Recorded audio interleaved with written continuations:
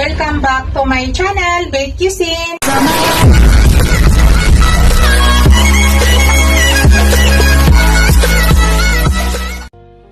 Hello guys, today's video guys, magluto tayo ng chicken. Ito po yung chicken natin guys. Part po siya ng thigh part. Thigh part po yung ating chicken. Yan, in-slice ko po yan dito guys, pag dalawang slice oh. Yan. Para pumasok yung lasa agad.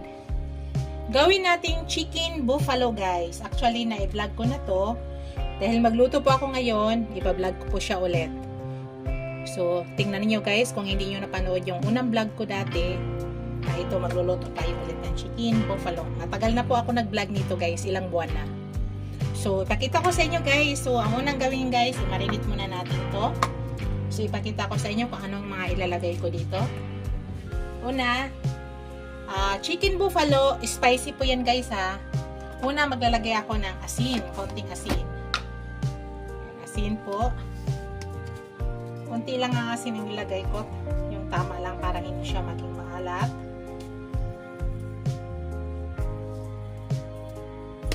Yan. Tapos maglagay ako ng ground black pepper. Yun lang po yung ilagay nating panglasa guys.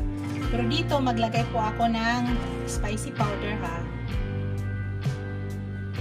Kasi gusto ko kumapit yung anghang dyan bago po siya i-fried. Yan, maglagay tayo ng spicy powder.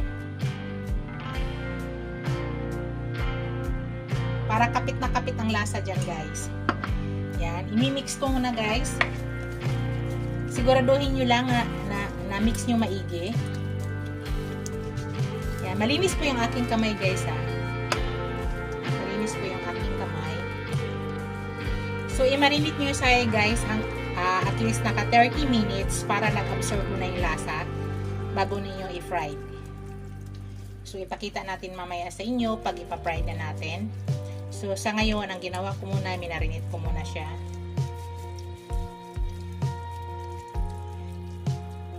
Tapos, gagawa na rin ako ngayon ng breading niya guys para pakita ko na sa inyo kung anong i-breading ay ilalagay ko. Yan, wala siya. Lalagyan natin yan. Gusto na akong kamay. Hindi yan nalagyan kasi nasa ilalim. Lagyan natin ang asin.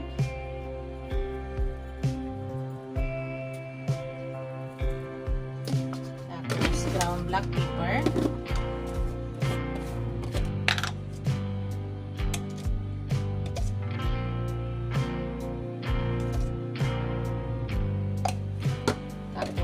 Spicy powder. Yan. So, spread natin ulit para magsama-sama ang lasa. Yan. Kaya ko siya in-slicean dito guys para madali siya maluto. Same time, pumasok yung lasa dyan. So, ito po ay thigh part. Gusto kasi ng aking dalaga ay thigh part. Ito guys, ideally nga kinakain na po namin niluluto ko.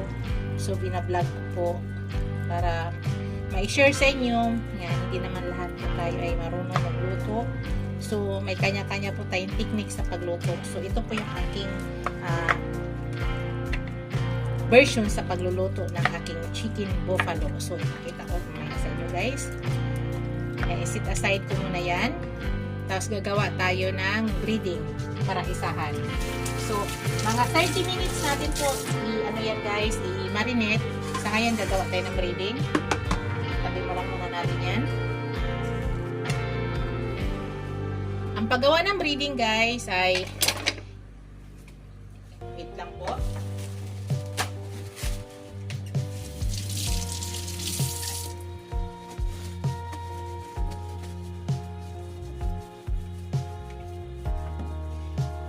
Gawa tayo ng sarili nating breading. So, ito. Lalagay po ako ng flour. Estimate nyo lang kung ano kadami. So, ilagay na natin yan. Wala na akong flour. I-ano lang natin yan, ikasya.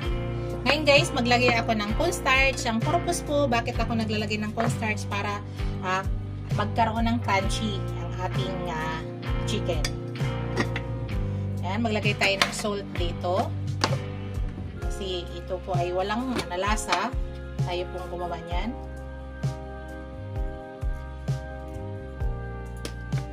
Tapos, ground black pepper.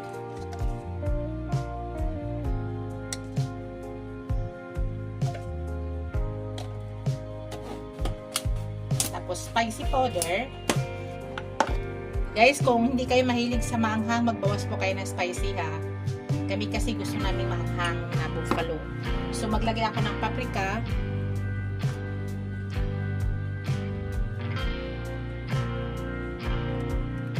Paprika po yan. Then, i-mix lang natin.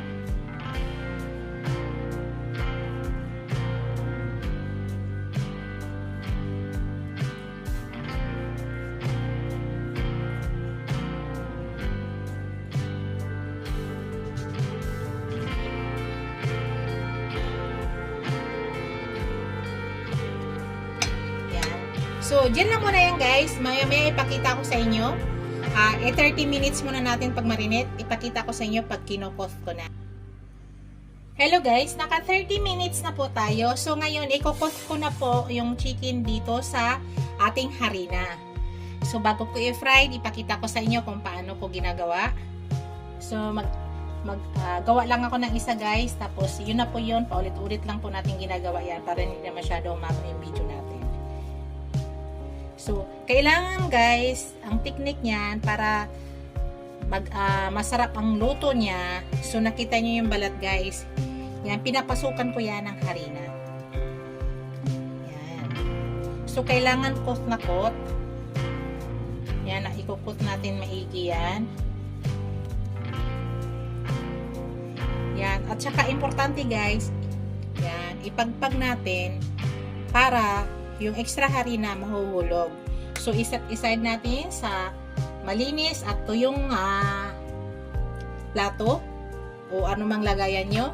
Yan.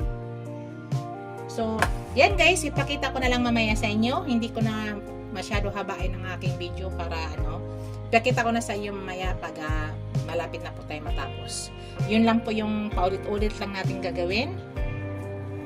Kailangan ikot ng maigi. So, yan na yung ating nagawa. Yan. So, ipa-fry na natin guys. Pakita ko sa inyo. Yan guys, nagpainit ako ng pan. Maglagay na tayo ng mantika.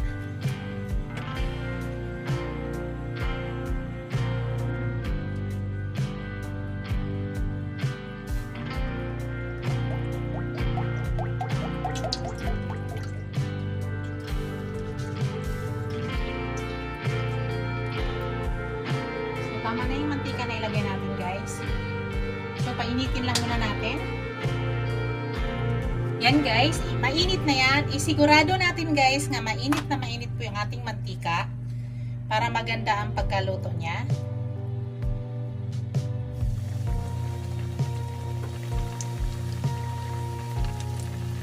So, hindi to naka-deep fry guys ha. Okay lang yan.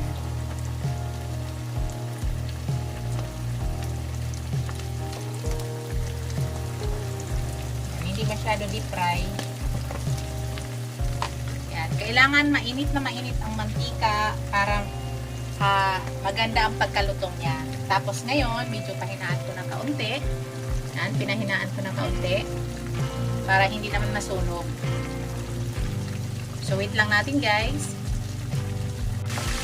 Hello guys, balik ta rin natin guys.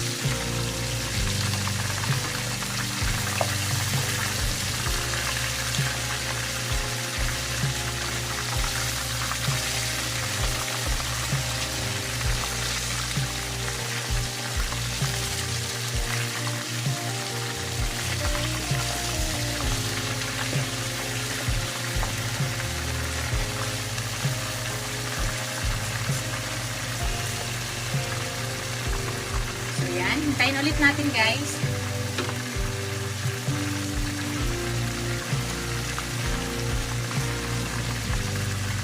Hintayin ulit natin yan. Ito guys, malapit na yan guys. Nakita niya na. Crunchy na po yan. Kunti na lang po. Kailangan ba balik-balik ka rin lang. Ayan, crunchy na po yan. So, saglit na lang yan guys. Kunin na natin yan guys. Okay na yan.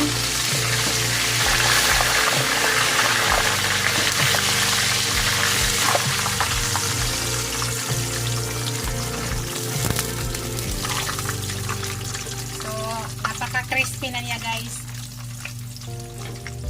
Ayan, patuloyin lang natin. Tapos isunod na natin yung naiwan na dalawa.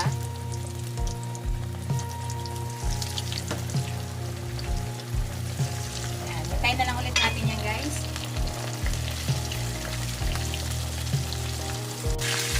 Hello guys, kukunin na natin yan guys.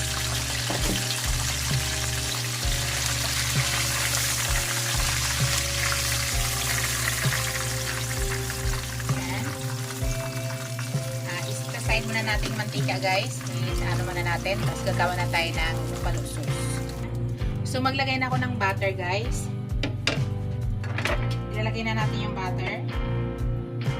Gagawa na tayo ng buffalo sauce. Mahina lang po yung apoy guys para hindi po masunog ang ating butter. So hintay lang natin mag-melt yan. Yan guys. Pili na natin lagay yung ating garlic. Maraming garlic guys. 2 buong garlic to. I-chop ko lang ng ganyan guys. Hindi masyado nilitan ko. Mas gusto namin sa garlic na kakain pa namin. Kaya i-chop ko lang siya ng ganyan kalalaki. Mahina lang po yung apoy guys ha. So, lutuin na muna natin bago yung garlic. Kasi pakikita ko na sa inyo kung anong mga ilalagay ko.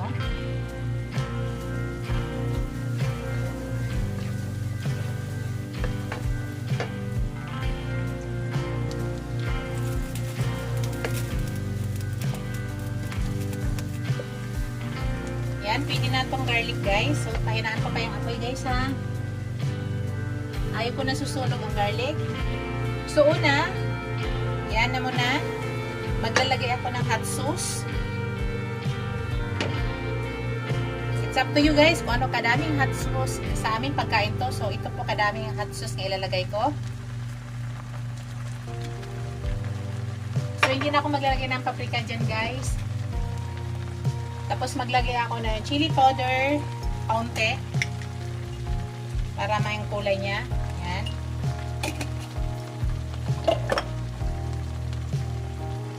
Tapos maglagay ako ng ketchup guys. Lagay tayo ng ketchup.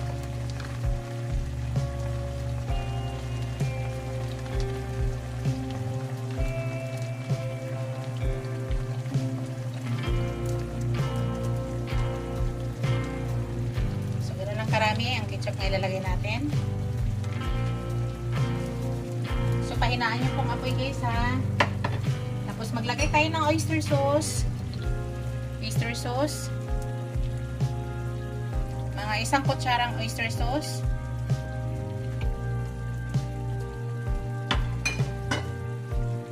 Tapos, maglagay ako ng kunting suka.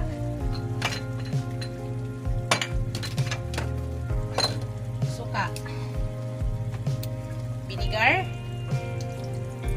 Yan, para matulis ang lasa. Para kontrahin lahat yan. Tapos maglagay ako ng konting sugar.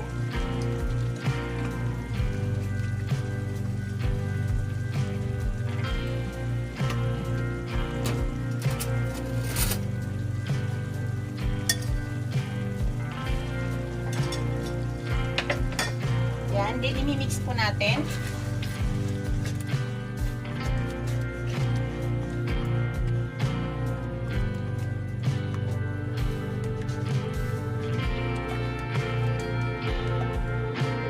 Hintayin lang muna natin guys, lutuin lang muna natin yung sauce.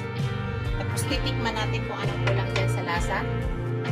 So hintayin lang muna natin yan. Mahina lang po yung apoy. Wait po natin yan.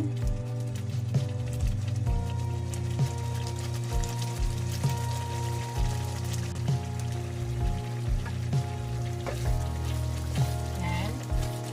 So titikman ko guys ang lasa. kung tama na.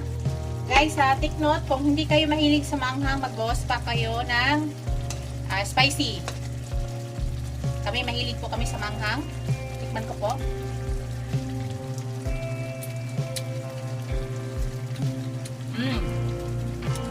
Tama na yung lasa, guys. So, maya-maya kaunti, ilalagay na natin yung ating chicken. Kaunti na lang. Yan, pag ganyan, guys, pili na natin ilagay yung chicken natin. Lutong-luto na yung ating sauce.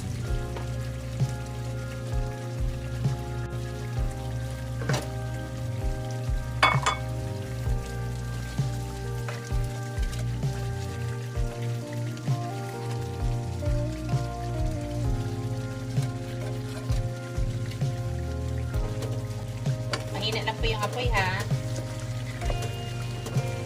Dandahan. Napaka-crunchy ng chicken natin, guys. Ganyan lang kaisi pag gumawa ng buffalo. Ngayon, guys, ibang klase po yung buffalo ko. Mayroon po akong inad na iba. Actually, hindi po ako naglalagay dyan. So, ngayon, mamaya ipakita ko sa inyo kung ano yung inad ko dito sa aking buffalo. I-compare nyo dati sa aking vlog nakaraan. So, matagal na ako gumawa ng buffalo, guys. Kung makita nyo yung video ko dati, iba po yung pagkagawa ko. Pero ito, same proseso lang din. Meron lang akong ina dito. Mamaya, pakita ko sa inyo kung ano ilalagay ko. Mahina lang yung apoy, guys, para mag-absorb yung lasa dyan sa loob. Yan. Kita nyo ba? Shout out pala sa aking channel members, sa aking mga subscribers, viewers, silent viewers, super chatters. Maraming salamat, guys, sa walang sawang suporta sa aking channel. Ganyan lang, guys, iikot-ikot lang natin yan para ang lasa ay pumasok sa loob ng chicken para hindi lang outer, pati inside niya ramdam mo yung lasa niyan. Yan, baliktarin ko ulit, guys.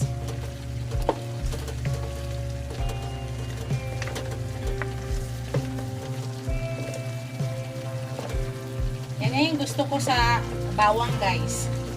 Malaki ang pagka-slice para nakakain mo pa. Ganyan rin kayo magluto, guys. Sa bawang. Yan ang gusto ko. Para nakakain pa ba siya? Nakita nyo ang laki, guys. Ganyan po ang gayat ko sa bawang. Ayan. Dito may lalagay na ako, guys. Pakita ko sa inyo kung ano nilalagay ko. Dati po hindi ako naglalagay dito. So, ngayon, naglalagay ako.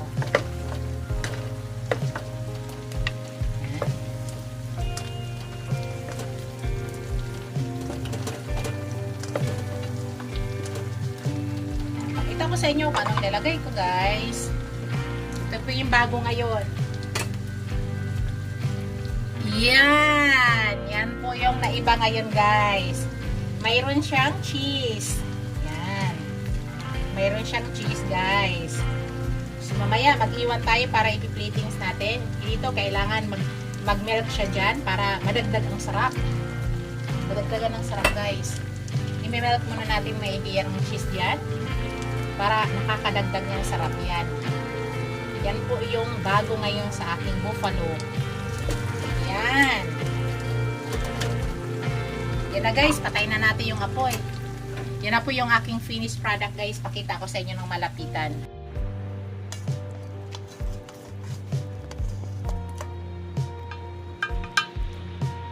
Yan na yung aking finished product, guys.